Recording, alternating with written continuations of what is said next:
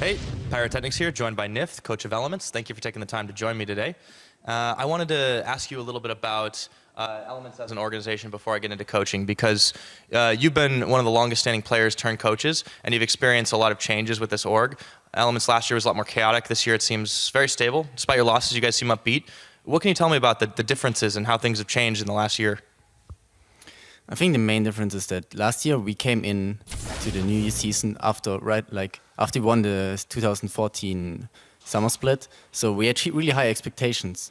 So getting the 7th place was really not what we expected coming into it, and we were kind of desperate. We really were desperately looking for a fix, and it just didn't work out. No matter what we did. So I think it's a really good thing that we changed completely now and had a fresh start. I mean, unluckily, we are still on the 7th place, but I think things are going pretty well, and we will see how it keeps going. Absolutely. There's always, room to even go up further than there, and I think everyone has a very good attitude about it. For yourself, as a player that has become a coach, what is one of the biggest lessons, the biggest takeaways you've had in this transition from player on stage to the coach presiding over these now, younger players that are coming together? I think the biggest thing that I learned is that you need to have a game plan, and you need to know at every stage of the game what you want to do. And when I started playing, we just played for fun, and we had an idea of what we want to do, but we got lost a lot of times. And I think once I transitioned to a coach, I really understood how the game should be played, and you could do so much on the map. And then when I looked back on all the games, I was just looking and kind of face-falling. Oh, I did so many mistakes. And I think that's the biggest thing.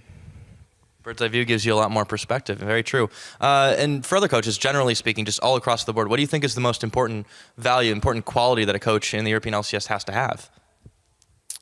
I think the biggest thing is that you need authority. That's also, I think, one thing I might have lacked last season. But I think now it's really good. So I think you need authority, and you need to keep the team together so that the team atmosphere is really good. And that's the most important thing.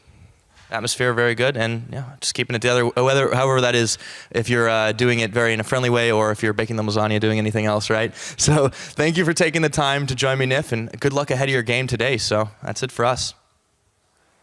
Hey, welcome back, ladies and gentlemen, with our next contest moments away. Let's take a look at the two teams and their lineups. On the blue end of Summoner's Rift, it is Vitality. Top lane Cabashard, jungle Shook, mid lane Nuke Duck, AD carry Hyanan, support Kasing, and coach Shawns. Elements on the red side, Pulse saying hey as well. Steve in the top lane, Gilius in the jungle, ICAS mid laner, Rallis, AD carry, Sprattle support, and we just heard from Nif, a good interview with him, learning more about his transition as a player coming into coach, and then actually went back to playing, and now he's then back to being a coach, probably for full time. Yeah, I always like saying Shook and Nuke Duck. I feel like a rap god, but anyway, let's talk about these teams real quick. Elements, they always seem to come in prepared, right? They almost seem like...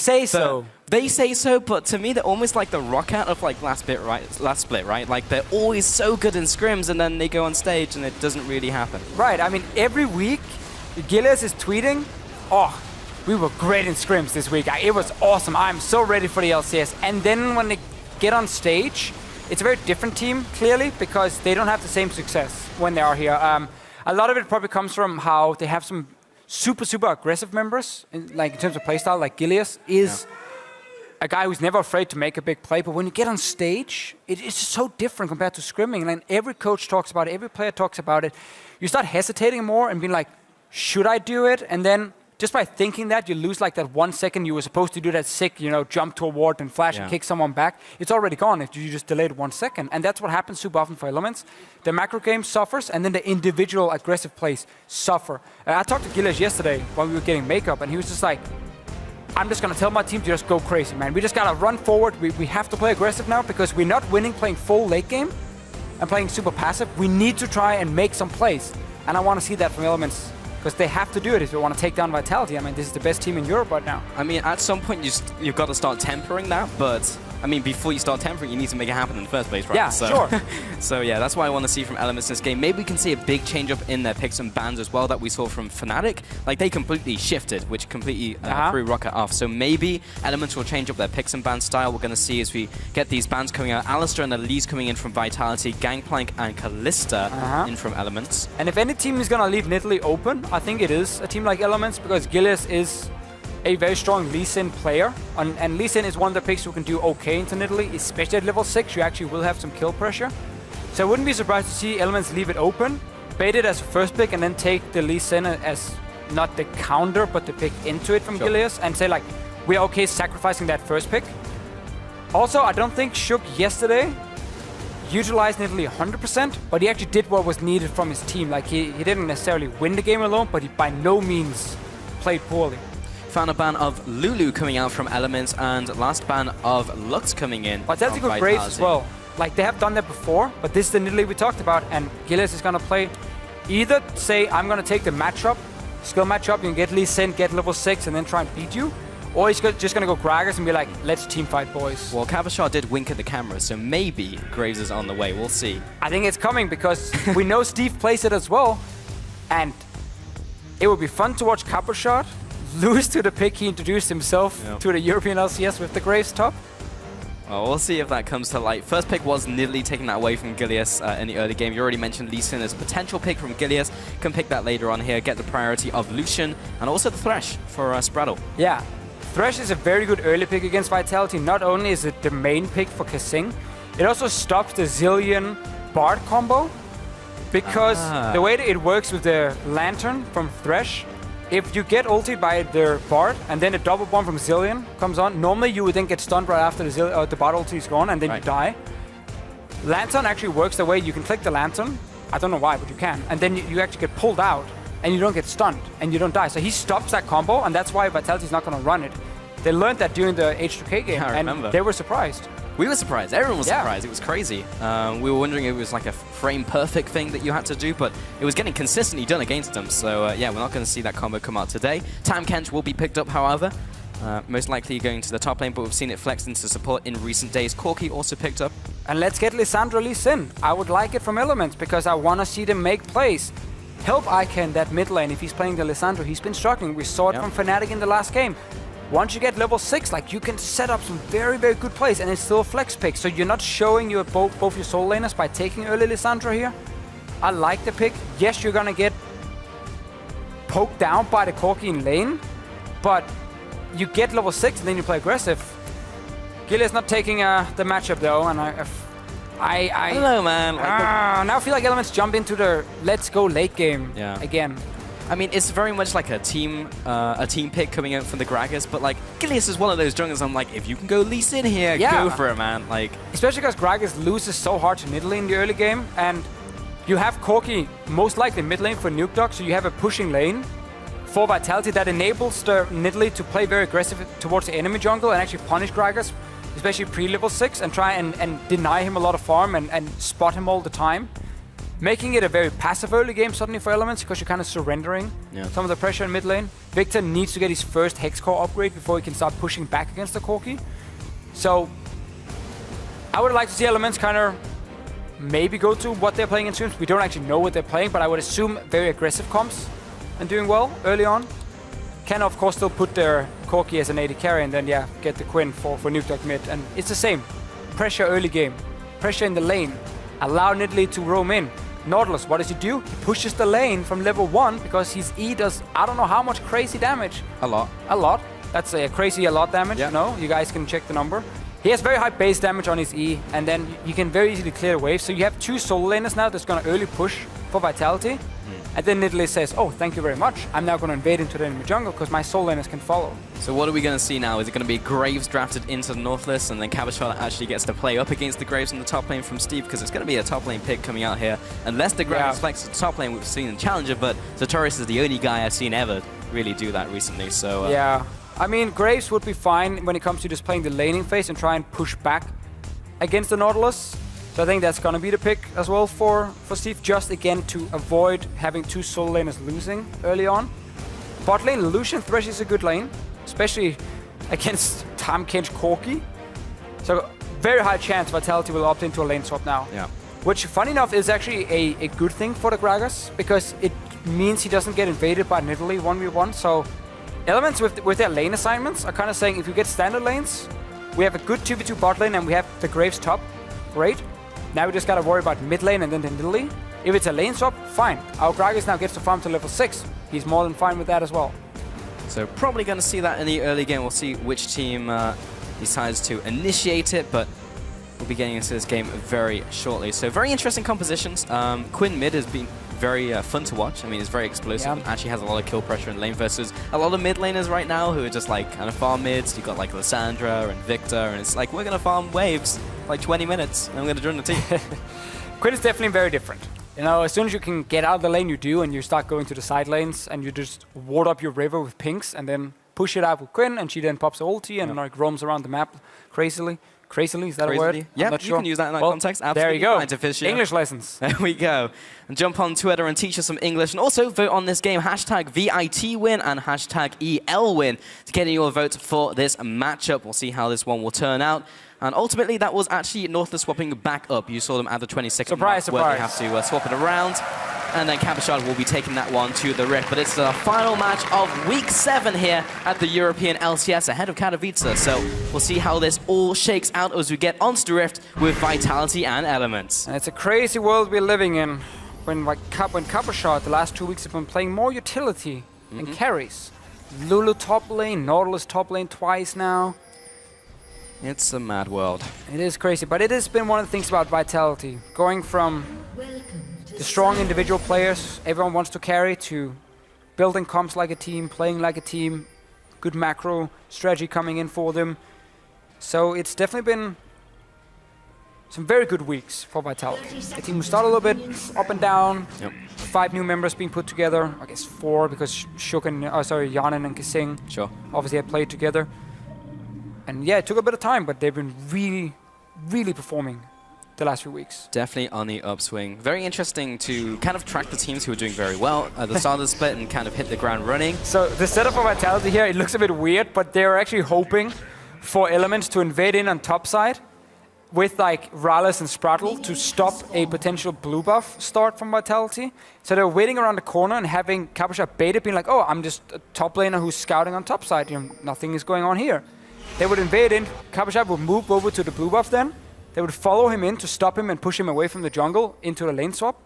And then they would stand around the corner and just destroy him. But Elements said, we're not really going to invade today. And it doesn't give anything for Vitality, but they don't really lose anything either. No. So we will actually get standard lanes here. So we're going to see the 2v2 in bot lane, taking like a keystones. Anything really jumping out at you here, Deficient? Nothing's really jumping out to me. Strength of the Ages for the junglers, which is fairly standard nowadays. Yep. Strength of the Ages is so good for that early health. Bot lane, Bond of Stone. Top lane, Fervor, which is basically what we're seeing on every Graves nowadays. The top lane, and the Grass for Nautilus. So, yeah, pretty much standard. All checks out. And we just saw a quick trade in mid lane with their Thunderlords from New Dog. It's one of the big things about Quinn and why she's so good at level 1. Is because it's very easy to get the 3 attacks to proc the Thunderlords, and then of course like proc your own passive as well. So like your level 1 trade is super strong, and Ike took a big hit from it, and that often means you have to step a bit further back in lane, surrendering how fast you can auto-attack minions, and that means Nuclear can auto-attack himself and then push the wave in and get that early pressure. That's actually the worst when you have to move away from your minions though, because as soon as you get hit by Blinding Assault, you've just lost the trade. I mean, like, a lot of the trades revolve around not getting hit by Blinding Assault. Once you do, well, I can't see them, so I can't hit skill shots, I can't even auto-attack them, so then you have to run away or just try and sidestep and just guess where the skill shot's going. And Ike running teleport in this game on Victor. We don't see it often because Victor doesn't really have any side lane pressure. Obviously, when it comes to him just porting back to mid lane in lane, it works, but it does leave you fairly weak in this 1v1. Not having exhaust against a Quinn trying to all-in you as an example. It's going to be more like trying to push it out, and then if you get poked down, you can then recall and TP back to lane and keep the pressure going, because Nuke Dog is obviously not going to stack potions. He's starting only with 1 because of the Dawn's Blade. So you actually want to trade quite a lot early. If you're Ica, you should double potion, and then you have TP advantage, where Nuke Dog has to recall and run back to lane. Problem is, Quinn is trading so effectively early on, Ike is getting pushed back to the tower, and then you can't trade because now you're using your spells and your auto attacks on last hitting on the tower instead of hitting the enemy champion.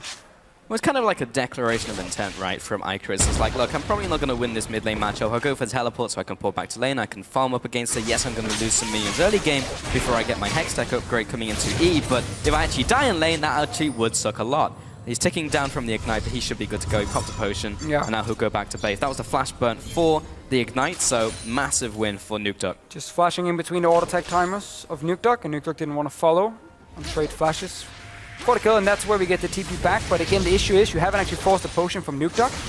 So now you end up TPing back, and you're down a summoner in terms of combat because you have teleport. And Nukeduck didn't lose anything because he can now just shove in the wave and recall, and then he gets a good back. So it's very good trading from Nukeduck, and it's something he's been doing more and more in this Quinn, and why he really likes to pick. One of the few players in Europe playing it mid lane. Yeah, Nukeduck's definitely been bringing a couple funky things to the mid lane, like was one of the first to bring Zilean in there, now with the Quinn as well. Looks like he's going back to base. Talking about this bottom lane, Hyanon and Kasing. That's just Tahm Kench versus Tahm Kench and Corki, so not too much to talk about. There'll be even on farm out of his laning phase. Shook, he's in his own jungle, so not too much going on. He will definitely be faster farming through his jungle though, and should be getting into Gillis's jungle at some point, especially with mid lane winning and Capuchard now pushing. Well, it is harder because of their Graves pick, who can at least push back against the Nautilus, so you don't have that easy path from the top laner to help you invade. And also in the bottom lane, Tahm Kench Corki is mainly just looking to farm. They're not really looking to out-trade you and out-push you. So if we have to invade from Shook, it is technically only Nukeduck who's winning his lane in terms of early pressure. And he's the only guy who can then follow. So it's not, I don't think it's enough for Shook to say, okay, I'm just going to fully invest denying the Gragas. It's still going to happen more now that we're going to start seeing the Nidalee like team up with the Quinn when she gets to tower, heal her, get a few hits on tower. Then, you know, you start going down to the bottom lane, because when you have a Tahm Kench, you can set up some dives where Tahm Kench can then eat you. Whoever's tanking the tower, Tahm Kench can eat that guy, and then pull him out, of course, of the tower aggro. So you can start making plays on the bottom side, like around level 6 and 7, and set up a dive with TP from Capuchard. Vitality are fine farming for now, and just kind of wait for a few more levels, and then we can start seeing the more aggressive plays with Shook. Yeah, when people hit level 6, Capuchard just getting there now. Nukeduck also just hitting at level 6 mark. Gilius waiting, of course, for that level 6 for the explosive camp, very big for the Gragas play. But he's kind of just done his job. Like, surviving until level 6 is really big for Gragas, because usually if you're in like a Nidalee matchup or an aggressive early jungler, and you get found in the jungle, you're just going to get dunked and they're going to take your lunch money. But so far, 6 minutes into the game, this is the first time Shook's really set foot in that opposing jungle. And you can see Nukeduck, this is again what we talk about. He's the man who's pushing his lane. Instantly, he's moving into the jungle. He doesn't have to follow Shook, but he needs to be around. He needs to be a threat. So the elements know, okay, if we take a fight against Shook now, Nukeduck will be the first one to react, and he's going to show up a lot faster than Ica. And therefore, we can't take that trade. We have to just let Shook dance around, sit down whatever wards. If there was a camp, he could steal it. Actually ends up going into the jungle where Gilius was, so he didn't gain anything. Nice little hook from Sprattle, just sending a message. Yeah, not so much of a death sentence, but they'll back away there. Just get a few more pieces of farm before they back off, and they should resolve as Hyanon picks that up against the turret. In terms of item builds, Sheen just being picked up by Hyanon there, Bias Sword picked up by Ralez. I mean, there's been no real pressure in the bottom lane, so they're just going to hit the normal spikes. It was actually an interesting timing for Shook's invade, because Ralez and Sprattle obviously did a camp level 1. So most junglers want to start on top side, because your dual lane is going to do a camp on bottom side. So Shook should have known when the red buff would respawn. And he decided to invade a minute before, when there was no camps to take and no red buff to contest. And therefore he actually hasn't really done anything against Gilius. Gilius then walked back and be like, okay, my red is up and you've now left my jungle. Yep. Take my red buff for free, that's fine. Go in towards my blue buff now, and at least the Gragas is level 6, so he can actually fight. And he can set up a potential kill on Shook if he goes in with other members roaming from elements. So timing a little bit off in the invade, but Vitality playing it very, very safe in the laning phase. Yeah, paying elements a lot of respect, and that's something that they maybe didn't really show Giants the other day. Kasing was saying they definitely disrespected them as he got into like mid-game, late game, and that's why 5-6k gold ahead as well. They kind of stalled out. They lost a bunch of fights because they were just like, we can just close out the game, and then Giants definitely stalled it out. And Giants were looking pretty good today as well, definitely on the upswing, but still, Vitality is a superior team. They just need to, you know, not let it slip when they have the advantage against like the lower tier teams. Yeah, well, I mean, it's hard to like blame a team for saying we're 5,000-6,000 gold ahead We're playing against one of the weaker teams. We have full control. Personally, I don't have an issue with it. People can call it like Clown Fiesta, whatever they want. Obviously, Vitality, as Kasing said, it's kind of playing it fairly relaxed in that sense. Yeah. But you don't start the game that way. That's the big one. That's the disrespect you don't want to have. When you start the game, when you play out first 25 minutes, you play super serious. And then you see where you are after 20, 25 minutes if you can start relaxing a little bit. Spraddle looking for another hook. Gillis gonna gank him. And oh, he's surprising Vitality going for Kasing. He pops the box as well. Kasing is dropping low, but he's instantly going to gobble up the Thresh. He's dropping low coming out from the E, and Kasing may actually just go down here. First blood over to Rales. That's a really nice setup by Spraddle. Yeah, I really like it, because he goes in, and like normally you always aim to hook the AD carry, but in this case, Kasing can just eat that AD carry then and like take him out with him. So Kasing clearly got surprised, ends up getting hooked and dies. Steve on top lane though. Lining him up for the Javelin coming out from Shook. He's actually carrying around this tower, and Shook should be able to take him down. Gets the flash away from the tower. Ica responds, but it's just a couple seconds too late to really capitalize on them underneath the tower. And this again was part of the game plan for Vitality. Just play it fairly safe, get a few more levels, and then you can still use that Nidalee to set up these aggressive dives. You can still start invading into the jungle because you are still very strong. Super easy dive for them. They get another teleport from Ica. First one used back to lane. Second one used top lane now. Too late to actually do anything, and could probably have cancelled it when he saw Steve was going to die. Because now again, he has no summoners he can use in this fight against Nuke Dog. Pops the ultimate down onto him. Kasing's in the mid lane. Licks the tower. The Tongue Lash goes wide onto the tower. Unfortunately, does not do damage. Now Rift Herald will be going over to Vitality as well. It's interesting in the top lane because we're like, okay, only mid lane's going to have that pressure, and Shook may not be able to invade because of that, and Cabochard will be pushed in by Graves. Cabochard's been pushing for this entire game into the Graves with his E alone, and actually getting a farm differential even before that going happened. Well, so two things have been happening in that lane. Early on, we actually saw Steve push it in, but then what always happens if you have the early push, you want to push it all the way into the enemy tower, so it starts bouncing back slowly. Yeah. And then if you are a lot stronger, you can start zoning them off from CS, but obviously Nautilus is so good in the early game himself that you're never going to be able to like zone him completely. So Cabochard has been playing very aggressive in the minion waves, as you talked about. And once you get Balmy Cinder plus your E, you can just like kill these waves so quickly. And that's just made it very difficult for Steve to really do anything against him. And again, we talked about that Nidalee, just set up dives. TP was used from Ica. Steve has his, but no flash. You can potentially make a play on bottom side now with Cabochard TP coming in. And then have Nuke Dog roam first. Like Nuke Dog pushes in the lane now, in mid. He roams into river. And then you start setting up a play on bottom side because best case, it's 5 versus 4 for you because Nuke Dog is going to react a lot faster than their Victor who has to run. There's a TP, there's a ward, sorry, right behind Elements as well. For the TP. For the TP. The TP one just above Shook on the other side of the wall. Cabochard has a lot of options if he wants to go in for this one. They might want to push him on the tower though, so they can actually dive. And you see Nuke Dog was already on the bottom side.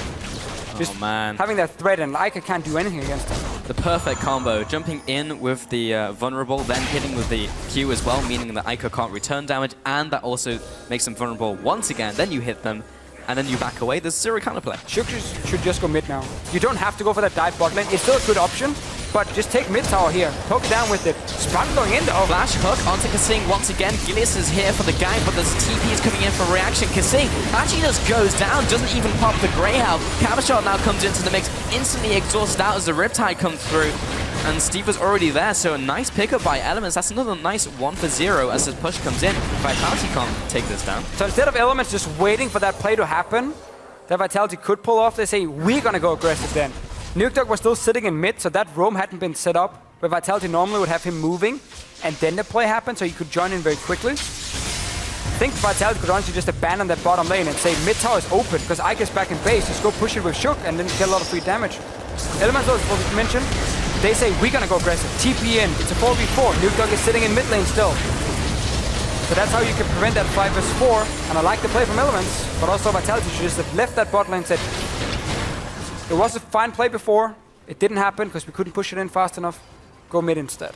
Great setups by Spraddle though. Like those are 2 hooks now that have just been like out of nowhere. The first one actually just swapping what he was going for. The second one also you could argue the same as he flashed forward. You know, Hyanan was there ready to be hooked. He was waiting to try and sidestep or even jump out of the way with Valkyrie.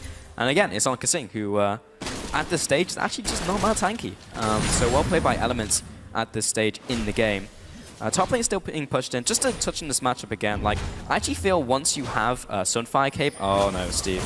That's not where you want to be, and take extra damage from the Javelin as they jump in. Flash staggering blow, follows up with the Titan's Wrath damage. Shook just raining down the auto attacks, and Javelin's coming out, waiting for the takedown. Cabochard even just waits there, takes another tower shot, as clean as it can be. I think the crowd went shook as he picked up the kill. Sadly for Steve, I mean, we talked about it before. We've seen this. You push it in, Nidalee comes up, Gragas can't really respond, you pick up the kill. Normally you would have to mirror the play, so Gilles would then have to rush bot lane. They're already doing fine in 2v2, so they're getting a tower anyway. I guess this has been happening a few times. Ticking down. Wow, that was actually enough damage. I think that was the last tick. I was not expecting him to die there. Perfectly calculated by Nukeduck. That's gotta feel bad. We've been there a few times where it's been very close. Yeah. Finally, Nukeduck gets it down level 11. I mean, there's a situations where it could tick down and you'd have full health remaining, but that was just one of the times when you just died. It happens. I mean, Nukeduck knowing his damage and Ike constantly under pressure in this lane. When this all-in is very easy also when there's no exhaust in the matchup. Because like, Nukeduck is not afraid of dying, he has a Mortal Mortgage. He's never gonna die 1v1. And he just has way more damage than Ike. Taking down, gets the kill. Top tower went down as well, and now this mid tower is open. Oh no. Oh no. This is the darkest time. Oh. Ike though. Bible thump. Doesn't quite connect. Cabochard maybe still under attack by Sprout. He's good to go. His pink horse all over the map. Sorry there, Deficio. Yeah, sorry, the throat is not really with me today, but I feel like his teleport has hurt Ike more than it's helped him, because every time he has to use the teleport, he's actually lost something from it. Yeah. Whoop. Nice dredge line there, forcing the flash from Rales. Even if he popped the heal there, the movement speed would not have helped him to get out of the... Actually, he didn't even have a heal, so the argument is completely invalid. So forcing the flash, bottom tower will be going down to Vitality, and now the map is opening up, and we see this so much from Vitality, where the early game is like a couple kills, traded back and forth, you know, not very bloody, and then one small mistake, and then it's like tower after tower after tower after kill, and it's just mental. Yeah, so much comes from this Vitality punishing elements by getting kills in different lanes, and as soon as, again, it breaks this very stale laning phase, as soon as like one guy dies in whatever lane it is, you can just apply pressure on the map because you know you're 5 members and they're only 4. Vitality picked up the kill top, instant took top tower. Nukeduck picks up a kill mid, they pressure mid tower, it's not dead yet, but like it's down to It's basically dead. 15-20% now, so it's one more gold. push. And then the bottom lane, it's been on the way a few times, Cabochard had TP ready if needed, and once you start picking up these kills, it's just so easy to apply more pressure and start taking down towers. And now you can start roaming. Because Quinn is level 12, she's 2-0, super strong at this point. Rales, oh, he doesn't want to go too close to this one. No, he does not. He doesn't know Nukeduck's there. And with behind enemy lines, that is a fast Quinn. Kissing over the wall, he's been spotted by that wall. Actually, I think he saw it being placed down as well. A lot of people around this top side. Just Gilles, maybe trying to make a play happen. He still doesn't know Quinn's there. Nukeduck moves up into the next bush with the minion wave vision out of there. Tongue Lash doesn't connect once again onto Gilius. Lots of posturing, lots of pushing, but Vitality now back off, secure another small objective. Gradually get ahead, we'll give this to a carry.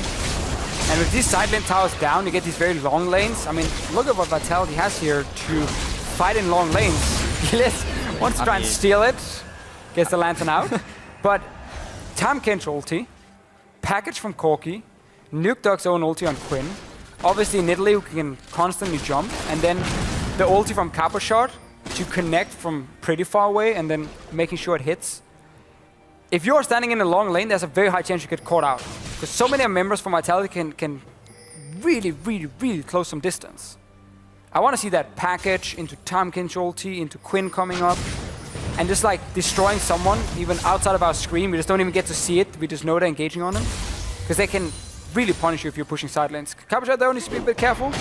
There's the ult, knocks Cabochard against the wall. Titan's Wrath will block a lot of that damage. Riptide for the side step and slow down onto Gilius. Pops the ultimate in return. Nice flash out of the way of the hook from Spraddle. Yeah, I should have held it, man. Yeah, so many good plays from him. Then getting a little bit greedy on the hook. You know the only way for Cabochard to escape is by flashing away. Save it then. Because there's only one place he can really flash at this point. He's close to the wall. Got a mad life in there. Steve, though, Nukeduck. Ah, we almost saw it. There we go. I mean, it was close enough, and that was a nice rotation into the bottom lane. Steve, kind of more of a drone than a cheer there from the crowd. Yeah. They gave up. Feels bad. But yeah, Vitality now pushing down the bottom. There we go. There we got the Steve chance. I mean, it's been a tough game for him in that lane. Pushed in, dove a few times, tower goes down. Yeah. This is again, we talked about the time Kench. It's so easy when you see 3-man on top side. Like, oh, one guy's defending bot, instant time Kench ult in. Couple shot. Get over here. Get out of here. Gillis is out. So he'll body slam away. Fairly nimble for his size. 2-0 and 2 Shook. You're putting a lot of pressure in this game. Kind of what we expected, honestly, from Captain's second draft. Mid lane now being pushed in Vitality. Like, I liken their play a lot to just setting up dominoes, you know? They just, like, set up one lane, set every lane, just rotate, knock them all over, and you get this, like, 5-minute period in the game that I see, like, every single time where they just expand this huge gold lead. And I feel like it's just the same, again, from Elements, where, you know, they want to try and do what they do in scrims, and they want to try and be more aggressive in the way they're playing. And then they draft like this Victor with teleport, which is a very slow pick. Like Victor kind of forces a slow game because of his wave clear, and he doesn't roam from his lane. He kind of sits there, and mid laners who can roam speed up the game. They speed up, they create tempo in the game. That's why Quinn is a good mid lane pick, because once she's out of lane, she can so quickly move to other lanes, and therefore she can force a lot of fights, which normally wouldn't happen if it was a Victor sitting there being like, I just cleared my wave, and now I'm kind of waiting around on my tower. Like, he's obviously not gonna force fights. So again, it kind of slows down Elements, and it makes it tricky for Ica, because he's also losing lane very often. I mean, he's definitely, looking at the mid laners we have in Europe right now, I think, looking at even the other bottom teams, Peppy is a better mid laner, you know, Betsy's been playing super well. So Ica's been struggling, he's been down at the bottom of the rankings, and it's been something that's been hurting Elements, and how fast they want to play. Always getting pushed into these slow games. And it's funny, right? Because he took teleport, almost saying that, like, okay, I'm probably going to lose lane here, so I'm going to teleport back to lane, I'm going to teleport to side lanes and just, you know, become that wave clear, despite them wanting to speed up the game. But then again, they drafted the Gragas versus the Lee Sin when they have the opportunity. So, you know, it's not like they're saying, let's just, you know, play loose and fast, kind of like how we saw early G2 pickup wins. So it doesn't look like Gillis is following through with what he was talking about, right? I mean, yeah, Gragas is a good pick right now, but does he really fit what it is you're trying to do as a team? Not really, because we know Gilles on the Lee Sin can make big plays. He can surprise. You're not going to beat Vitality playing Vitality's game. You're not really going to aim to go full late game against Vitality, or like say like, yeah, we're definitely not going to fall behind early game if you pick up a scaling comp. Versus a team like Vitality, like right now, 5k gold difference, 21 minutes in, 5 kills pushing on mid tower. Ica is here and he's getting jumped on instantly. Depth charge. Takes the javelin as well. He'll go back into lane because he's still able to offer the death ray at long range. Gillis comes in for the engage. Nice flash E and the ultimate, but he's being bursted so quickly. He'll take the lantern, but he still goes down. That was still a death sentence for him.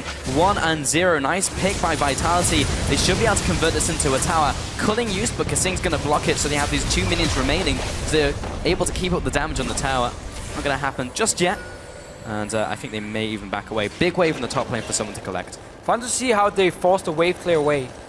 Nuketock jumps in, instant ulti from Kappa shot, and then Shook just shows up, throws a spear just to chunk down Ica. So like, okay, wave clear is now gone. Can we stay and keep pushing? In this case, because Elements forced a fight, it was hard for Vitality. Kasing just saved Shook in the end. And then it's a kill. More for Vitality, mid tower is now super low. Top tower is another objective coming in for you, and then you start working around Baron. So let's see the fight again. Notice how instant to see Ica, they're like, go for him, he's the wave clear, poke him down, but don't overcommit. No one here is diving past the tower. They just chunk him down and say now Ica has a hard time joining the fight. Teamfight breaks out. Fine engage from Gilles is getting onto Shook, but that's where the time Ken can then save him in the very end. Pick up a kill, get a bit more damage on tower, then back away. So no overcommitting from Vitality. And Shook only got really far into the backline because Gilles shot him in there. Do you think like Gilius and Elements actually need to carry on making these plays in mid-game? Because they are far behind right now. So with playing the hand that they're dealt, is this the best way to play out the game, or do they need to look at something else? Because it seems like the options are extremely limited in this game. Oh, that feels bad. Yeah, I mean, a lot of it comes down to the boring talk of like, hey, keep visioning your own jungle around Baron so you can always move in and stop a potential Baron from Vitality and then like farm for another 10-15 minutes. But I think you're right. I don't think that's necessarily like the best option, because you know Vitality knows how to play around Baron. Like, they buy so many pink wards as a team. Every time they go back, pink wards, pink wards, pink wards. Like, look at it, Baron now. There's like 4 pink wards around it. So it's just a matter of time before they force it. Might even get a pick onto Ica here. They get mid tower. Tower goes down. Maybe a pick on. I like this. That could be good. There's the culling. Body blocked by Shukla. And Kasing was on the front line, so he wouldn't have been able to save him. But still, they pushed him away. And in the end, Vitality come up with another tower. I think you're right, though, still. If Vitality ever do go too aggressive, Elements just gotta be ready to fight. Like, you can't just say, no, wait there for another 10 minutes, then we fight. Because you're gonna lose Baron by then. You're not gonna get control of it. So I actually like the fact they're ready to engage on them and try and do something a little bit different. Well, Ica in the mid lane has picked up the Rylai's now, so definitely more of a defensive build. Picked up the Augment on E, of course, so he can clear out those waves just a little bit better as Victor. Right now, when you have it unupgraded before that, it's very difficult to clear out the minion waves. The back line survives with a little bit of health. You have to weaken the front line. It's just not enough. So definitely something you want to pick up very early on into the game. On the opposite side, picked up the Ghost Blade with the more Mortius and just more penetration coming out from Nuke Duck right now. Look at all those pink wards, by the way, on Vitality. Like, they're just setting up. They already have pink wards on the map, but when they start increasing their line of vision, they'll place down more. And this is one of like the hallmarks of like a good team from what we've been seeing. Like, we spoke about so much. Just Kasing as a single player, but now the team's coming in with it as well. I mean, it's almost what every top team around the world is doing a lot of, is understanding that you don't need to wait for your pink ward to die to place a new one. It's fine to move it further in, because you just keep moving that line forward and forward. So they have now at Baron, they have one behind the Baron. They're just making sure Elements can't TP flank them. Not that you want to do that with a Graves and a Victor, but like, you are completely safe in the river. And if Elements gets pushed too far back, you walk into the jungle and you start threatening the Baron. Because that forces Elements to start face checking in towards you. You can start getting a nice engagement to them, or if they're too slow to react, you just burn down the Baron. We have seen that so many times in the EU LCS. The team is like running around mid lane, not really doing a whole lot. Baron dies. Because if you are just 2-3 seconds too late on a Baron call, on stopping a Baron, it's dead. There's enough damage on the side of Vitality. Can very easily burn it down. Top lane Cover Shot not opting towards the ZZ Rot or even the banner, just going straight up for those combat stats. Top lane, Steve went for that first Death's Dance, and basically nothing really Steve can do now. No, and I agree with not going ZZ Rot. We talked about it last game. It's not that great against like Graves and some of these top or 80 carry top laners. Too easy for them to push it back and kill the portal. Just go full tank, you know, aim for team fights. Go full tank. ZZ Rod is a tank item, but just get the stronger tank items for team fights. The dedicated tank items for team fights, absolutely. I think the caveat in that is if you're being pushed in as the Nautilus and you place it far back, it's hard for the AD carry top to take it down. In a situation like this, though, where you're pushing constantly, then yes, ZZ Rot will die very quickly to an AD carry. Last game, I think it was okay, but this time, definitely this is the right choice for Cabashard to make. Right now, Jungler just able to take away the dragon by himself because there's zero pressure and they have all of this vision control, all of this map control.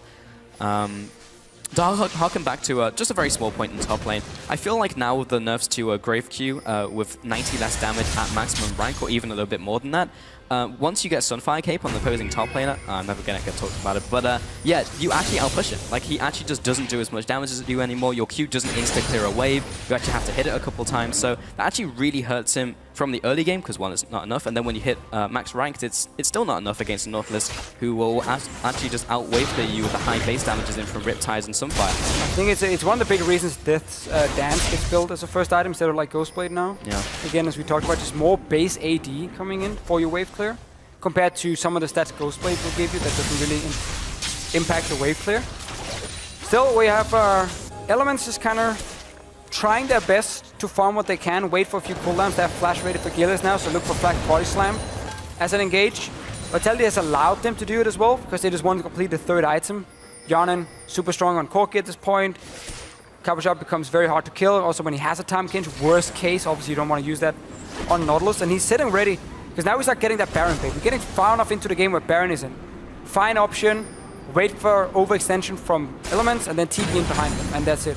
mean, Yes. Yeah, the package is ready as well from Yana. He's just waiting for someone to come near the Baron pit. Maybe like Gilius. Here comes the teleport from both top laners. Cabashot comes in. There's the depth charge.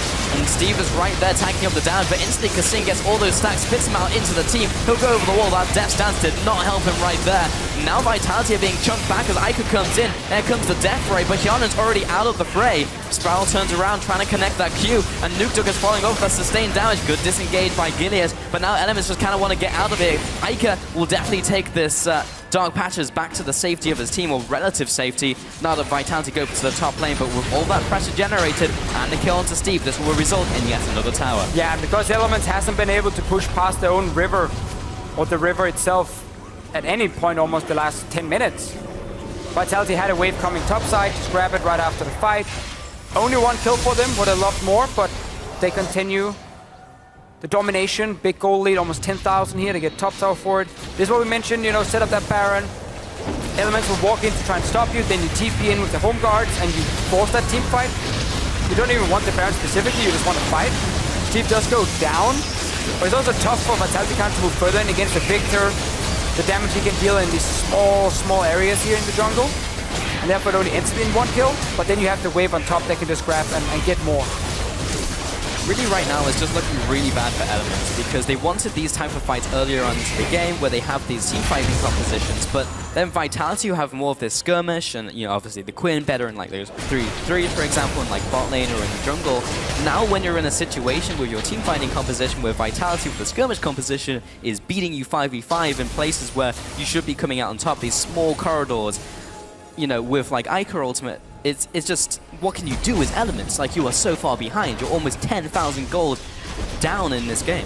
Yeah, again, either you try and stall for like 30 minutes and think that's a viable strategy, or again, you do the unexpected. You try and take a fight where it's Gilius trying to engage in and like catch someone out of position, and you play aggressive, but it's what you build with your composition. It's how you play your early game. It's the issue for Elements. And they obviously haven't found a solution yet, then they would start picking up more wins.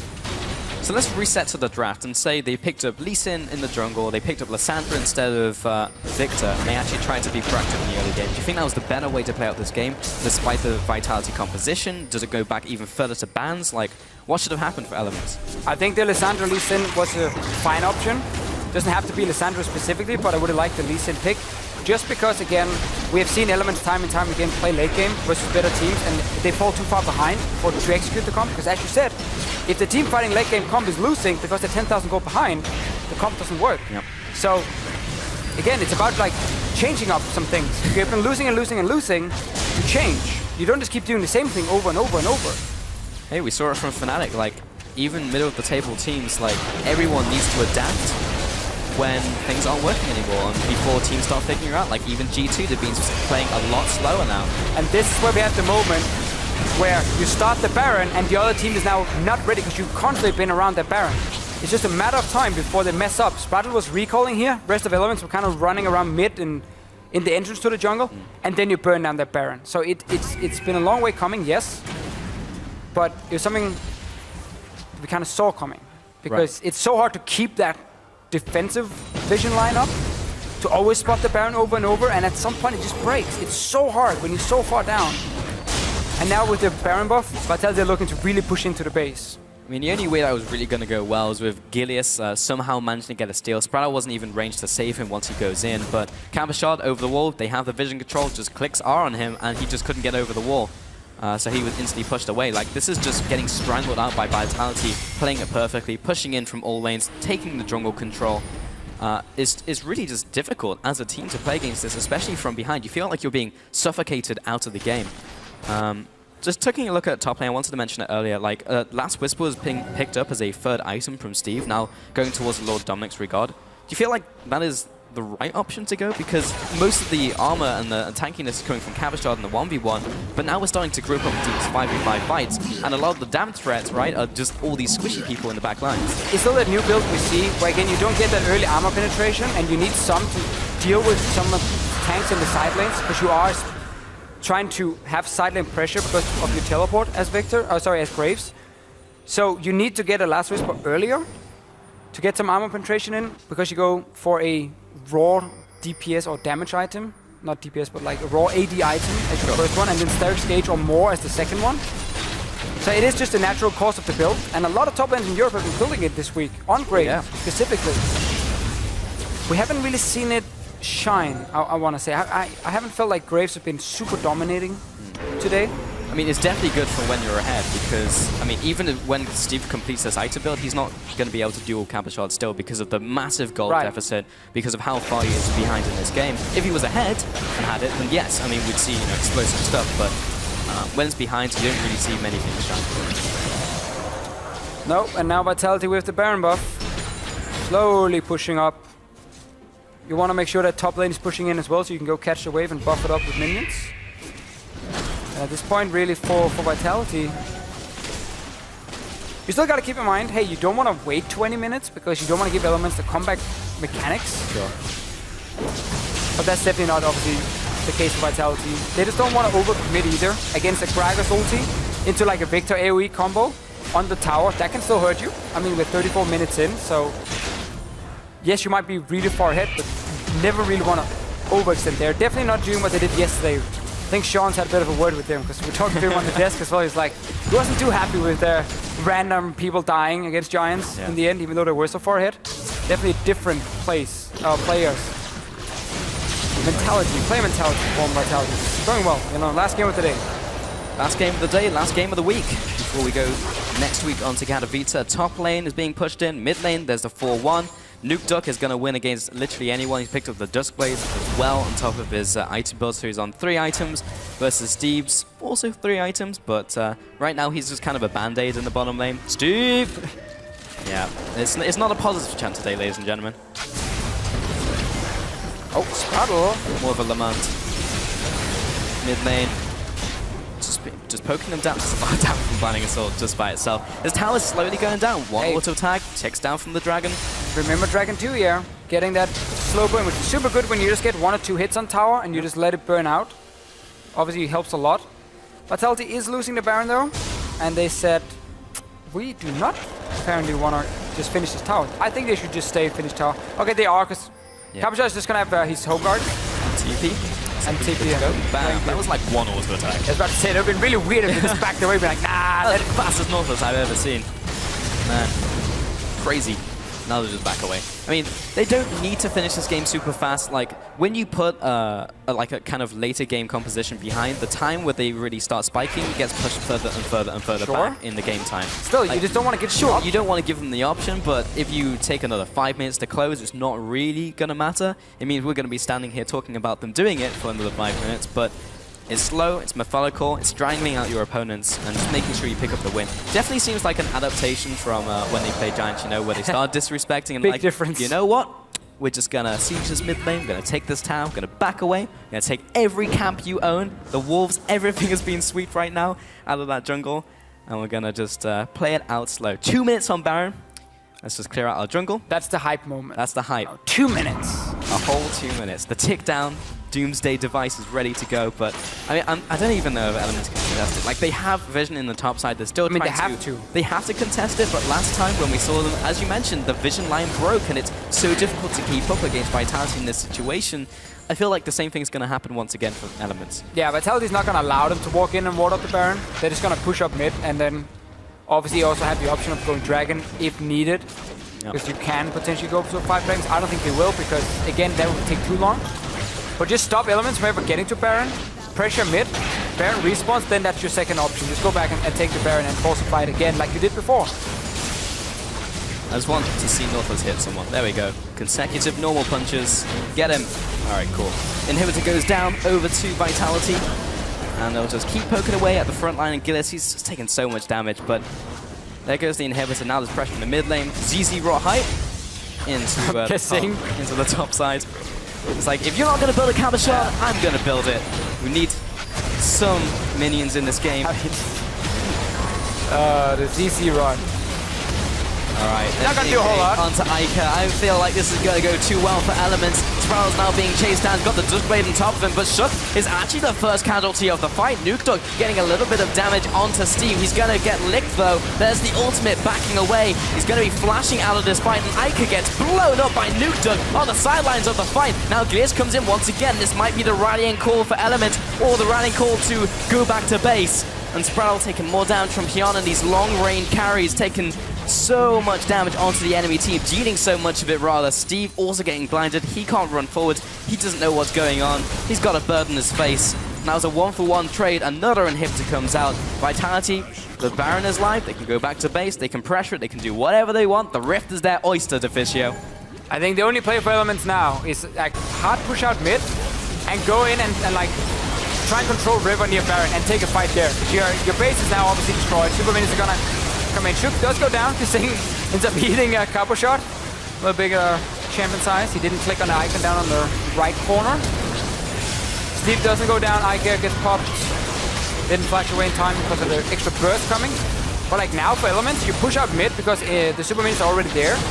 And then you're going towards the Baron, and like you have TP from Ica, so he's gonna respawn and be able to join, and you just take a 5-on-5. You can see they've been trying to do it. Gilles had put a ward in a small bush outside the Baron. One is inside, so they did actually push out and got something. But like, you gotta, honestly, you have to move out and just try and force a fight, take the Baron, recall, and then clear out the Super Minions. Like, that's almost your only way back in the game. You can keep yelling Steve, but it's not gonna make it any better. 0-4-1. He's been farming a lot this game and is starting to itemize now, but even though he was starting to sting in that last team fight, has to be a steal right here. So too far ahead, Gilius. I mean, what are you gonna do? Like, there's so much single target CC. Now we're gonna have a fight in the backline. Nuke Jux is just going Rambo. He's just gonna. It happens to the best of us. To be fair, he was blinded. That is true. He could have jumped behind him. You never know. But you don't know. It's just it's literally a shot in the dark, or in this case, 30. Now Sproul's going to be absolutely just blasted off the face of the earth. Steve, he's pretty tanky and is actually going to be following over Ica. They might be able to pick up a shot. Nope. Sing again. Kasing exists in this game with Tam Kench. He's going to just do a little victory dance. Nuke Duck speeding down the middle lane. Got to go fast. Revenge. Get on to Rales. Take him out. Whoa, that was dirty. That was a lot of damage coming out from the Dusk Blade. Now Ica is not quite the right place to place down the gravity field. Now is not the time to use that. Pop! Got him. That was the Dusk Blade. I mean, the other one he just destroyed. No, he died. Basically, if you get a kill while it's ticking down, sure, it resets. Resets still. So, I'm not even sure that was the damage. So it doesn't matter. But Vitality strangle out Elements out of this game, and Vitality come up with the win here. They're going to dive for Nexus as well, because why not? Pat those fancy stats, make it happen. Good job, Shot. Didn't even die. Vitality, what a win. Controlled by Vitality. Elements coming in playing the same style. Elements has been playing for a lot of the games. Vitality getting that pick in mid lane with Nuke Dog on Quinn. We've seen it time and time again. Gives mid lane control against his control mages. Mid lane control against control mages. Shouldn't happen technically, but that's how it goes. Of course it should when you play Quinn into Victor. Very true. Ignite into TP as well. And Nuke just played the mid lane matchup perfectly. Like, they abused the weak points on the team. But for me, I've got to go back into Elements, right? Like, we're expecting them to play faster, looser, out of the gates, maybe play a different, faster composition. But for me, it boils down to champion select. Yeah, it's hard to say, like, what to expect from Elements. You just expect a change, I guess, and like kind of doing the same over and over and then expecting a different result. Called insanity. Is not really gonna give you anything when you play against the top teams. But then again, as we talk about so often, it's not about beating Vitality and H2K and G2 if you are Elements right now. You want to beat the teams around you and then see maybe against like Fnatic, Origin, and Unicorns if you can pull an upset. So definitely not the game Elements were looking to win. But again, it's annoying when you pick up another loss. Sure. Luckily, the teams around them also lost. Spice lost earlier today. Went down with them. So they're kind of staying the same, and they're just all four teams are fighting for number 7. to avoid going to the promotion tournament. Like, that's basically what you're fighting for at the moment. Yeah, I mean, like, yeah, just take the battles that you can really fight, you know, in this one. Right. So we'll see in future weeks how they do. There's going to be a break now, of course, with the next week. But Vitality, like, another great game from them, you know. And this time they actually just shored up some of those issues. Even if that was an issue, you know, in the last game against Giants, like, they played a little bit disrespectful. They got into late game. But still, in the early game, they didn't play disrespectful against them. They got that lead, and they could afford to screw around for a couple of minutes and still close out. In this one, they just played it super slow. It's like, we'll take an in-hit, we'll chip away at the towers, we'll take Barons, we'll take absolutely everything away from them and make sure there is no chance of them coming back into the game, and you can't fault them for it. No, I mean, wait for the second Baron. 40 minutes in, just looking at items, and also why Vitality knew that so much time. IK and the Victor had 3 items completed at 40 minutes. You know, so we're not even close to a super late game Victor who can start really destroying everyone. Every other member from Vitality had almost stacked out fully on the items, and they were just so far ahead. Well, we're going to hear more from Vitality's win as we send it stateside with Pyrotechnics. Thank you very much. I am on stage with the jungler for Vitality's, in fact, Shook. So congratulations on your victory. Although you'd already locked up playoffs, you now know 4 of the teams that will be in playoffs, aside from yourselves, of course. G2 Esports, Unicorns of Love were able to secure it up today, and H2K. Now, who are you looking forward to facing off against in those playoffs, and I suppose why? Like, we're Team Vitality. Like, we have to beat everyone to be #1. Like, this team was built to be #1, so of course we're not afraid of facing anyone. Like, we have to beat everyone. If we don't beat everyone, like, we just don't see it as our team. Like, we're made for winning, so it doesn't really matter who we face. I like it. Very, very confident, but also noting that you have to just beat absolutely everybody. So fantastic. Looking forward to seeing how it plays out. You've now got a week off as well with IEM coming up. Only Origin Fnatic are going to be going representing EU. How are you going to spend that week? How important is it for a team playoff bound that you now are to have that week to kind of not have to worry about more matches on the table? Like, some of our team are going home. Like, just have a little break. Of course, we're gonna keep on playing League. Maybe scrim some teams that go here for the event that's coming up, and yeah, just have a little break, practice against good teams, and yeah, we're still gonna practice, but we're looking forward to a little break. Well, you've definitely earned it. So once again, congratulations on that win. Looking forward to seeing you guys in future weeks and in the playoffs. And for now, we are going to send it back to the analyst desk to wrap up that game and break it all down to end the week. Thank you so much, Pyra. I always love listening to Shook because we were like, is this the super team in the beginning? And he always goes like, we are made for winning. We got to win everything. We got to beat everyone. We are the super team. And they are 6-0 over their last 6 games. Obviously, they are peaking at the right time. This break that's coming in now, will it actually do them good or not? Maybe if they get to scrim the likes of SKT, it could, of course, be even better for them. Could do. I think if I was scrimming teams right now, I'd be like, give me QG. Just I want those scrims against QG because they're forcing early games. But honestly, for Vitality right now, gone seem to be the days of the first week where they lost to Rocket. I think all of those fears seem to have been quelled recently. So I think that Vitality are in a very good spot. I actually don't. I don't know, man. If Vitality scrim QG, I think the game ends at 12 minutes because Vitality will just lane swap and then QG will be like, yeah, what is this?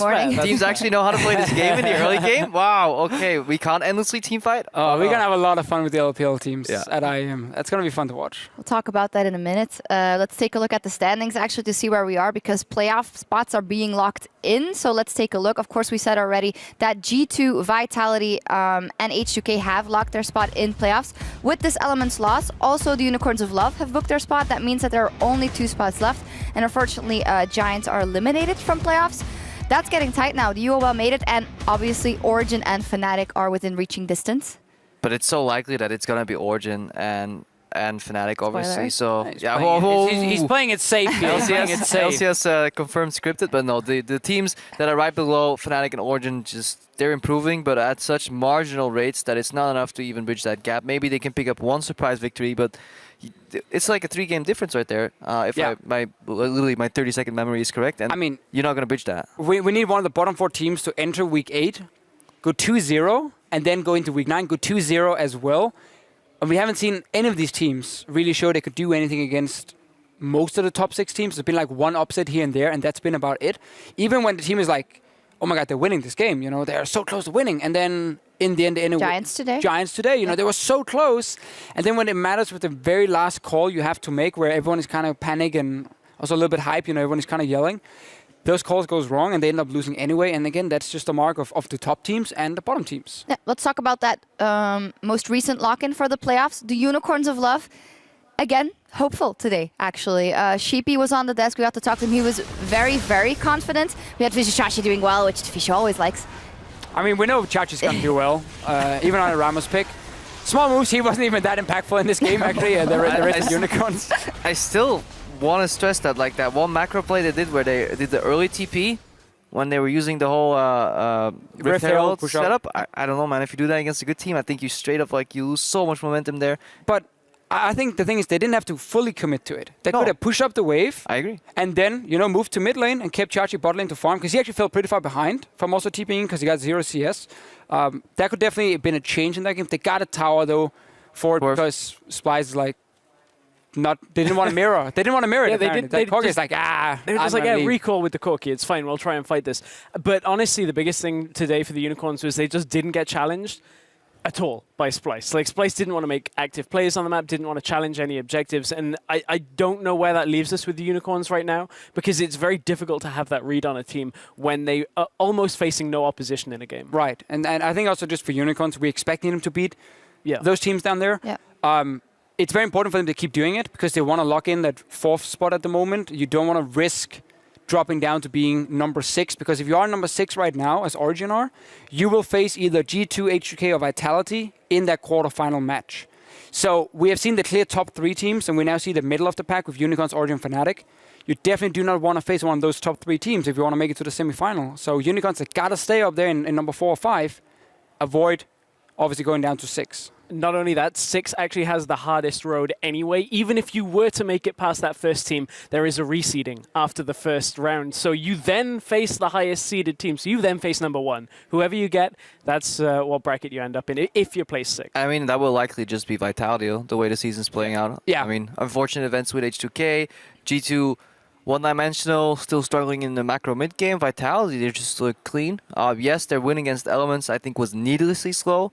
But I don't think... They're super safe. Well, yesterday they maybe were a little too aggressive, and maybe they had a little talk with the coach. Sean spoke them. He was sitting here being like, oh man, we gave over those 2 kills. He found that belt over in the Gambit house. He brought it with him. It's like, hey guys, this time behave. No, but I think we can all agree that Vitality looks the cleanest at this point. Of course, Youngbuck yesterday said about G2, we have more up our sleeve. We are learning more. There are different picks coming in. But it's not the picks, it's just the approach to the mid-game for me, for G2. So, my question is, do you see that happening? And do you think that G2 can adopt 1 or 2 more styles and then rise above by playoffs? Well, it's ironic, because Perk's comments was if you can only play one style, you're a bad team. Basically, it was a TLDR. And if they can't, then that's kind of going up against what they said earlier. Well, again, with G2... It's not the pick a man phase. I don't even think it's about specifically only playing one style of composition, because they have like 3-4 different comps they've been showing, some poke comps here and there and whatever. Perks on Lissandra now, very aggressive. It's more just the team needs that kind of guy who's saying, like, what's the next play and how do we set up for the next play? Once you get into mid-game, once you get that goal lead. So like, okay, guys, remember to buy pings. When Vitality's playing, every back, there's like 4 or 5 ping wards. Every back. That's something I feel like is very easy to teach a team, and also very easy to learn as a team. It's actually just start thinking about it. So some of the issues G2 does have, I feel like are fairly small, but if you don't fix them, it looks bigger in game. It also trickles down. I mean, you initially have that one little part where, you need to pick up 5 pink wards. That sounds easy. And then you need to communicate with your support. Like, how many side wards do you have? Like, let's look at the map. Where do we want our wards? Plan ahead instead of just walking in, placing 2 wards and like, the sidestone, it's empty. Let's set it up again. So, especially as we get far into the season, G2 came out swinging. Very few teams really understood the vision game, but as we progress, we see teams finding optimal play patterns. I mean, how often do we not see Kasing just base, refill sidestone, come out, Vander does the same thing. So that is something where G2, regardless of what style they're playing, whether it's poke siege, whether it's skirmish, whether it's split push, they need to perfect that mid game so they can actually play from even. I think, because very often they were so good in the early game that they played from ahead, and that creates nasty habits. And I think it's really good they have lost a few games, because they're still setting that tide for first. Because when they were winning, everything was awesome. Just keep playing the way you're playing. Everything was awesome. Yeah, again, keep picking the same champions because it's going well. You don't really have that wake-up call where, why did we lose? We didn't do this and this in the mid-game that other teams are doing. Now they've been losing a few, been struggling a little bit against some of the other teams. It's healthy. Learn from it this week. Again, I'm sure Youngbuck is going to talk to the players, and make sure they have it ready for week 8 and week 9 or for playoffs. I think one thing that has been pleasantly surprising for G2, though, is that overall our expectations of Kikis coming into the split were like, he'll only play tanks, he'll only succeed against top laners on tanks. At least against the majority of the top laners, he's able to play more than just tanks. I don't think he's ready for that against like a Cabo or perhaps an Odo, somebody that is going to fight you very, tough in that top lane. But he's been doing well. Yeah, it doesn't have to though, because the meta is completely shifting towards tanks top right now. Somebody said it on the desk today. Yeah. Coach. Oh, who said? I don't know. I can't they said remember. it about Freddy specifically. Yeah, but also, I think it just was happened, Yamato like, probably because literally 30 seconds ago. yeah, it's just doing like this. the meta is shifting towards tanks, and Yeah. then some of these pure tank players like Untara as well that we were saying, why is he only playing tank tops? He's like laughing right now because haha, predicted the meta game. So it should be all right for Kikis going into playoffs. Yeah. Interesting. G2, you say, well, they were winning a lot, then they kind of had to pick up the slack when they started losing and made some adjustments. H2K, good from the beginning. Vitality, good from the beginning, great right now. Then we have those I mean, teams. they lost in Rocket day one. That's true. Shaky beginning. Shaky beginning. After week Shaky. 1. But then week 2 was better, and then I it think was everything good. but week 1, day Yeah, 1. day 1. Remove that one, and then it's been pretty good. Good. And then we had Daylor here on the desk, and it was really interesting that he said, it's not about going like this for us. It's about looking where we can go for Fnatic then. Looking where we can go. If it doesn't work out, we go back to square one, and we look what can work for us. We go up again, and that's why it's a long-term project. Eventually, it has to start working though, and I feel Fnatic is really lacking that same thing that G2 is lacking. That one guy, the overarching voice, because you can be like, okay, Reckless, you give it a shot. Yeah, not really working out. Let's replace our support. This guy who's still working on it. Maybe Fevin start shot calling. But eventually, like, if you don't find that guy that can actually take control of a full roster and move these little chess pieces around on the board, then you will be very stunted in your growth. Yeah, and I think one of the problems is, now it's a good point, we try and expand into certain things. If it doesn't work, we go back to basics. I don't feel like the basics have even been there for Fnatic in all the games. I think that's been one of the main issues, is that some of their very normal things we see from professional teams in terms of, buying blue wards, like blue trinkets and like vision control, lane swaps, don't split push to enemy inhib at like minute 12 when you're level 8 or 7 or whatever. Like those basics, those are basics to me, and they have been some issues Fnatic have struggled with. They've actually been doing well when they get kind of pushed out of the comfort zone and then got in super tricky situations where they're down like 10k gold almost at 20 minutes. That's when this Fnatic lineup has kind of come online, and they've had some crazy comebacks. We need to see more from Fnatic, but again, we are also very harsh on them because they are Fnatic. Had this been another team with these 5 players, we wouldn't have been so critical on this team. So, hey, they are currently sitting as number 5. They're in the playoffs or almost in the playoffs, and you win like one more game. I think Fnatic is happy enough with the current performance. Indeed, they need to win one more game. Of course, they're going to Katowice next week. Let's talk a little bit about that together with OG. It was quite interesting to me that when the Clyde change came, we heard, hey, IM Katowice is coming up, so we had to make a change. Now we asked Daylor here, you asked him what is the goal, and he said, we will see, first pick up some practice and then see where we go. So that has definitely changed. How do you think our teams are going into that? For Fnatic in particular, they're gonna have such a rough. So for people that are unaware, they're in Group B. Their first match is against Jagu Reapers, who, if you're not aware with that team, very poor in the early macro. They kind of fall a little bit behind early, but then their team fights are on point. They're just really good at forcing those team fights and seemingly forcing your opponents to kind of opt into that style. And I don't think Fnatic is as crisp just yet in that regard, and I feel they will have kind of an impossible mismatch because the counter to Jagu Reapers is good macro play, and Fnatic doesn't offer that. For clarity, we'll bring up the groups first, so people who may not have seen them yet can know, because of course next week, week 8, will be in Katowice for Fnatic and Origin. We're going to start by taking a look at Group A, which has Ever, TSM, Royal, Never Give Up, and... Best name ever, by the way. Royal, Never Give Up. And then in Group B, we will have SKT, Fnatic, CLG, and the QG Reapers, and it is double elimination in each bracket as well. It looks tough for the European teams in that one, for sure. I do want to say, though, when it comes to Fnatic versus QG, if Fnatic plays what we saw like last week, that kind of style where you're trying to go late game and you try and team fight your way out, they will lose, because QG is so good at late game team fighting. But Fnatic today changed a lot. Actually surprised us in the pick and ban phase. It was a lot more focused on mid game.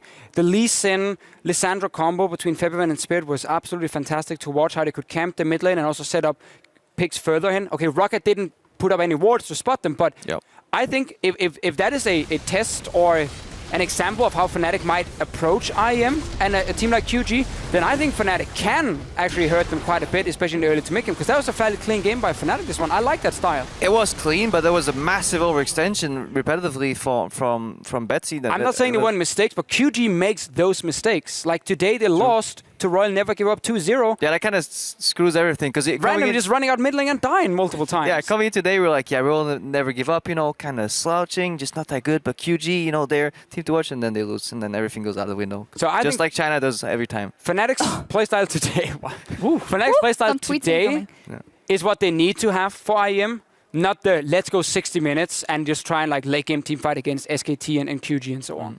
But you look at some of the tougher competition Fnatic have faced, like the G2 game. If they end up in that situation, I don't think teams are going to make the mistakes that G2 did against Fnatic to let them back in the game, as you said. I think Fnatic were fairly gifted that game. I think, yes, they will make mistakes, but I think especially in the scenario of the last couple of games for Fnatic where they've really had to fight back into a game, I feel like the game is likely to close by that. So play today's style. Right, but can they get that? That's the real question is how can they manage when they maybe don't know the team so well? And provided they lose, obviously double elimination, under the assumption that CLG loses to SKT, we actually have a cool matchup there too. CLG playing. What are you assuming here? Yeah, it's just bold assumption here that the reigning world champions will knock out any team. But yeah, CLG playing there. I like what they bring to the table because they seem to play more macro-oriented, very split push with Darshan there in the top lane. And I want to see how Fnatic can deal with that, how they can react with that, because I think that's just a really cool stylistic matchup. So I kind of hope to see that matchup. Either in winner bracket if they both surprise, but more likely in the loser bracket for both. Yeah, we definitely have two EU teams going into IEM not being favorites by any means. No. Like there's honestly almost no pressure on Fnatic and Origin because nobody expects anything from them here. You have QG, who was the best team in China coming into this week. Yep. You have Royal Never Give Up, who just beat QG, so I guess we can put them top now. They're leading their group in the LPL as well. SKT has been slumping, but it is SKT still, and they've been playing against some very tough competition over in Korea. Okay, the Africa loss they had was super weird, but still. There are a lot of other teams we're looking at ranking above OG and Fnatic, which should mean you're here to learn stuff if you are Europe. And that was going to be my point for you guys, because obviously having played on at least the European, if not bigger stage, how much experience for a new team like Fnatic will they be able to take from an event like this, just from having more stage time against varied opponents? Stage time, I don't think is the most important part. I think it's the scrimming part, because I think one thing is looking at a VOD of like SKT, and you're like, oh, I understand the play they're making. Let's try and do the same. You don't get all the small details that often happens, also because the camera can only follow so many things. When you play against them yourself and a play happens against you, you have that VOD you can go over, and that's where you learn some of the small details you then bring back to Europe, and other teams don't do that, and that's where you can learn quite a lot. Yeah, that is the cool thing. Like, in a scrim environment, especially centralized within a region that you then don't get any access to other regions, you get so many gentlemen's agreements almost. Like, Europe, every season, the lane swaps will eventually come to a certain way that they get played out, or early games get assumed to get played out. When you watch SKT, the camera isn't always on Faker, but that doesn't mean you like the matchup will play out the way it does, because if you play against Faker, you can guarantee that he will walk up on every CS. Suddenly, your mid laner, in a matchup that you think in your strategy in Europe generally goes even, might suddenly lose, and that shifts everything around. So the experience of just playing these very strong teams from other regions with different scrim habits, with different play patterns is invaluable, because if you can take one of their plays and save that up, that's something you can use somewhere Sadly, we don't have the Rocks Tigers here. Oh yeah, because that's where you can learn stuff right now, and not really the way SKT's been across the playing. board, we may not have some teams that we would say are the strongest in the respective regions. I think that's a valid point that you bring up, and something I personally overlooked. It's not just Fnatic and OG that get access to those special scrims, but people here who've made the connections in our teams also have the opportunity to scrim those teams that are finally in Europe. Even because they're not even in the tournament. You know, if you're coming in here as QG, I think you can get your pick of the litter of any European team. SKT as well. I mean, yes, SKT is slumping, but who's gonna say no to a scrim with SKT? I mean, Rio is just gonna ask them, and H2K is playing them. Yeah. Probably. Right there. If we end up seeing, funnily enough, the QG Vitality scrims, do you think QG could learn something from Vitality about your lane stops at the beginning? In that situation, do you then have a fearsome QG that can do both?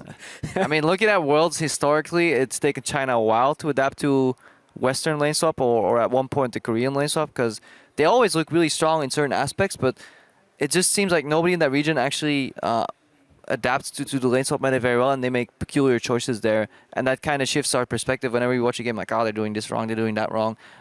If they can learn in a week's time, I'll be very impressed though. So, who wins IM Katowice? Cool. That's a... I mean, No sounds, just... normally you could very easily just say SKT, yeah. but like with the way SKT's been playing coming into the tournament, it's not been looking that great. I was looking at China in many ways in this, both QG and RNG, and kind of saying like this was the tournament where China had to kind of bounce back on the international stage after what happened at Worlds, where obviously the teams disappointed so much. RNG, after the 2-0 win today, might look like they're the favorite, honestly, coming in, but they are a team who relies so much on snowballing early game with Mata, putting them deep vision, and they make some stupid mistakes. But so does Fnatic and Origin. Like, obviously, a lot of the teams at IM will do that. RNG can really punish you if you are a slow early game team, and that could make them one of the favorites. Yeah, definitely one of the favorites, especially like Xiaohu and MLXG, jungle mid combo. Just the first few weeks when I watched Royal Never Give Up, they just had impressive synergy. Like, really, really fun to watch what they could actually do in terms of destroying the enemy mid laners, and they went up against like some really solid mid laners there. So for me, the tier 1 teams coming in here are QG, RNG, and then SKT, because I think with the Gragas being reintroduced in the meta, it relieves some pressure off Bengi. SKT, you can never count them out from an offline tournament. It's still always just that little bit different. Obviously, they're so used to traveling as well, because China will fly over here. Maybe jet lag will influence them again. SKT is such a seasoned team in terms of just international travel. It's always the safe one to pick. You know, like, oh, SKT is going to do well. So for me, actually, I will just say SKT will win it. Okay. I think for me, I honestly feel like QG in a week can pick up phase 1 and most of phase 2 of the lane swap that's done here. I actually think if they can just solidify that, then they should be able to fight, because we're not sending the top teams from Europe. It's not the top teams from the LCK. It's not the top North American teams. So as long as you don't lose too much in the early game, their team fighting, I think, can hold them through. Obviously, Ever. I don't know what you guys are talking about. I have no idea. Ever is going to be super dark horse coming in, because... yes, they look very good in the off-season. They're in players back now. They're in Korean Challenger. Got Key back, one of the star players on this lineup. His Bard is fantastic, by the way. You're gonna you don't have to convince me. You're going to love it. But it's hard to judge Ever, because, again, they are playing in Korean Challenger. Currently second place, if my memory serves me right. Yeah, they should be They're second. tied for first on points. Tied for first, right. Okay. I think Ever is going to be a good team, but I don't want to put them in the tier 1 among the other teams, because it's been such a long time we've seen them against other top teams.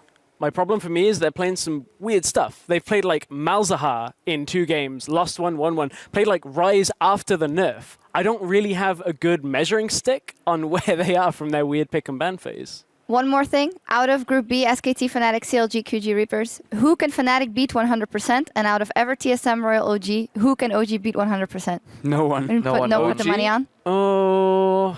there is no one these teams TSM. can beat 100%. 100% is a tough one. But I say it's favored OG in the TSM matchup. Ha. Forgot about that one. It's in there again. I don't know how it always keeps happening. Oh, even there? Even there? They're looking rough, man. Yeah. I think both teams are looking super rough. The one cornerstone for Origin, Sven, he's actually starting to go down as well. So as a complete coin flip. It's like heads we win, tails we lose. And TSM at least is on the up and up, I feel. A tiny bit. TSM just keep doing this thing where their early game is okay, and then they're just like, okay, well, we don't know how to control side lanes, so let's just go to the mid lane and try and 5v5 again and again and again. I mean... I don't know. It doesn't matter, because they won't make it out of the group. I think Ever and RNG will make it out of that group. It's the kind of matchup where you can by no means already point out a favorite to that one. So, like, there's no team where Origin and Fnatic are 100% favorites to win in this tournament. Cool. Thanks for answering my question. And now for a look at the week's standout performances here in Berlin. No, I feel bad. Yeah, we got to go to we're quick shooting shot. down We Europe got to now. go to quick shot. Thank you guys very much. Nobody over there is a favorite for now, but I know somebody who is a favorite. IM Katowice will have to wait just a second. Your favorite fantasy LCS player for the week is G2 Esports Emperor. He managed to pick up 37 fantasy points, playing 2 games of Lucian, 11 kills, 7 assists. Making my life difficult. I actually pieced out of fantasy about 2 weeks ago when Deficio took me down. And as we're getting closer and closer to playoffs, you guys keep fiddling with your fantasy rosters. We need to award some OP5 players. And we're going to kick this one off with somebody who landed a plethora of death sentences. It is Hylissang from the Unicorns of Love. 92% kill participation today, 14 out of the 16 kills. And if we just look at some of the hooks, he literally swung, wound up, and connected against so many players all day long. There we go, the clip's finally lining up at the end, and just finding key targets over and over. And for a team like UOL, who really started to struggle, picked up a loss yesterday, I think it's important for their morale and their team spirit, especially as he's one of the shot callers. I'm going to move on to the second OP5. It is, of course, the front man for Fnatic. It is Febiven. He picks up 28% of his team's damage. He played Gangplank and Lissandra. And despite a challenging game against H2K yesterday, really turned it back around today with Lissandra. And it was partially because he was enabled by another Fnatic member, Spirit, of course. Gragas and Lee Sin, 6, 3, and 12 on the week. And Spirit really had a great impact in terms of the game, helping out his team, picking up a multitude of ganks. And of course, who's going to forget the Baron steal right at the end there with the Lee Sin. So Fnatic end up picking up a win against Roccat. That's 3 down, 2 to go. Next up, we have to talk about Betsy. He is our statsman Spellsy's favorite player in the European LCS. He went 7, 2, and 3 yesterday as Corki. Played in Navia today, which wasn't great, but I was a big fan of how he uses the package to pick up that win. And finally, rounding out the OP5 for the week is a man that was lobbied for very heavily by Deficio. It is Kasing. Going to give you some interesting stats for him. He places on average 12.5 pink wards per game. That's an average of around 940 gold, which is 10% of his total gold per game. That is a whole lot of money just on pink wards, not including sight stones, not including Eye of the Watchers or anything similar. And over the 14 games, he spent 14,000 gold just on pink wards. That's it for the OP5. There's one award left to hand out. It is the MVP. We're going to head over to the analyst desk for that one. Thank you very much, Quick Shot. Indeed, still one award to give out, and let's give it away right now. Looking to make the biggest impact on his team in their last 4 matches of the Spring Split. Today's fantasy leader, as well as MVP for us, Emperor of G2, 14 kills, 13 assists over 2 games as Lucian. He's our Week 7 MVP, and you know, as it often goes, for instance, with Vitality, you always look at Cabochard doing well, and a lot of players, and Emperor is one of those guys who's been really doing well steadily in the entire season so far for G2, and a nice MVP. I think what I like about him recently is that he's making a lot of plays with aggressive gap closers. So we had that phase, I think, where he was Ezreal shifting over the wall to clean up a fight against the team last week, I think. Then this week, just aggressive Lucian dashes constantly. He's not afraid to go in. And more importantly, what impressed me in the early parts of the season, obviously that doesn't get you an award, is just combined with Hybrid, the ability to play losing matchups and go even. I think that's actually something that's very underrated, because very often the camera would pan to Kikis, you know, or Perks making plays, or jungle just AFK farming and getting ahead there, tricky in the jungle, but then Emperor and Hybrid would be on an island and they would play a losing matchup, but still go even. He plays a style G2 likes to play. Like, that fits him perfectly. Very aggressive, sometimes a little bit too aggressive, but if you are ahead in gold, you can often pull it off anyway, and he fits the team extremely well. Another guy that also like Trick, it's the same deal. You know, both Koreans on this lineup, they like to play in the enemy jungle, in the face of the enemy, often not thinking too much about what could potentially happen when they make the plays. So like, he also had a great week, of course, but Emperor gets the MVP. Yep, and they get a week to go on cooldown, as the European LCS will as well, for the teams can compete over in Katowice. But the Spring Split continues on Thursday, March 10th, with a clash between Fnatic and the Giants. Unicorns of Love will square off against Origin, and Vitality will take on G2 in our match of the week. Wow, super stacked coming back there. Vitality G2, of course, as well. And very important, they have locked in their spot in the playoffs, but they will not want to let down. Exactly. What? You were like, no, I wanted to admit, he was like, pointing with his pen. I was basically like the thing about this matchup that is so important now is fighting for top 2, because it automatically gets you top 4. You are locked in to go to Rotterdam and everything. So losing this matchup is probably the deciding thing for who gets that top 2. And I don't know, all these pens here. I think the matchup right after that is interesting too. Splice versus Elements. Both teams in 4 wins. It's the race for 7th place. Yep. And may not be very exciting for you guys at home. But not as shiny as for top 2. But if you're in one of those teams, you really do not want to go to relegation. It's the worst ever. Yeah, definitely. Don't recommend it. If you can avoid that, it's just such a relief off your shoulders, and you can take a well-needed break and then kind of beat the other teams to the punch when it comes to preparing for summer. Yep, that's a break for those teams, but Week 7 isn't over yet. Across the Atlantic, the North American LCS has their match of the week this Sunday between CLG and Cloud9. And aside from that, the action gets started tomorrow with Team Impulse versus Team Liquid. What of those other matches are you guys looking forward? Of course, that marquee matchup looks good as well. I'm also looking at Immortal CLG. CLG have got the toughest North American week possible. Immortals and C9 before Katowice. If ever there was a warm-up for then stronger competition on an international stage, CLG could come out of this with a lot of momentum. It could also backfire. I'm just going to look at Froggen. He just came back swinging, opening well in a couple of quirky games there, and just has looked great so far. We saw one on Nivea today on Betsy. I mean, there's no reason it can't come back. And yeah. I like how it's still Froggen. It's like Betsy's pick. You know, we always highlight the Nivea. I've just been playing so much Nivea in solo queue, and I'm just in love with the pick overall. I really love the Rod of Ages Athene CDR boots build. I think it's fantastic. Betsy didn't do it though. No, that he delayed his build with it. He also went late Roa, and then he went Honey Guys. Unlucky. But I really just want to see more Froggen, more Nivea. I'm joining Stress. I want to see CLG Immortals, and then also CLG, of course, against C9, because we also need it for prep. When it comes to IEM, we want to see what CLG is doing in these tough matches, and if they can do exactly the same, or if there's any weaknesses we can highlight, obviously, and other teams can highlight. That's why they play, so we can have some prep. Exactly, that's the only reason they play. Indeed. Anyway, for us here in Europe, it is time to look towards Poland and then Week 8 of the Spring Split. I want to give a huge, huge thank you to all the coaches that helped out here on the desk. We got some amazing insight, and thank you all of you guys at home for tuning in as well. Until next time, good night and GG.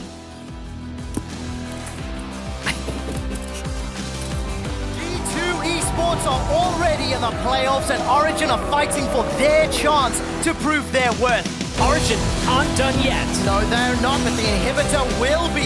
1 or 2 more autos is all it needs. Oh! Shockwave secures a triple kill. Oh, let's see, can they find Sven? Death Sentence! Hybrid follows it with a flash, and Death Sentence. Sven is pulled into the middle of the team and taken out. G2 may have just won the game, and G2 pick up their 11th win. Baron did not reset. In actual fact, it's going very, very low. HCK decide to re-engage. Baron's picked up by Giants. Too much fight now. I will take Corki. Kick to me. That's 2 more kills for H2K. The Nexus turrets fall. Forgiven continues to prove why he's one of the best AD carries in Europe.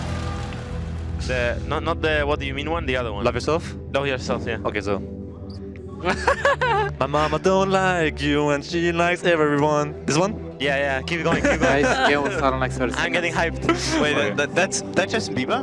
Yeah. I actually did not know. Yeah, it's good. A flash forward as Fox is trying to siphon power, and another death sentence. Kobe flashes over the wall. Here comes Chachi. The Unicorns of Blood take down Splice. Spirit's gonna have to go out for the steal to make it happen, and he comes over the wall and actually gets it. Oh, pentakill! Go pentakill! Go pentakill! You got this! You got this! You got this! Continue! You got this! Yeah! Good job! And they're going in again. Omen jumps in with a glacial path. There comes the W. Everyone's being locked down. Are we taking the win over Rocker? Gillis comes in for the engage. Nice flash. He and the ultimate, but he's being bursted so quickly. Nuke Dog speeding down the middle lane. Gotta move fast. Revenge. Get on to Rales. Take him out. Oh, that was dirty. But Vitality strangle out elements out of this game.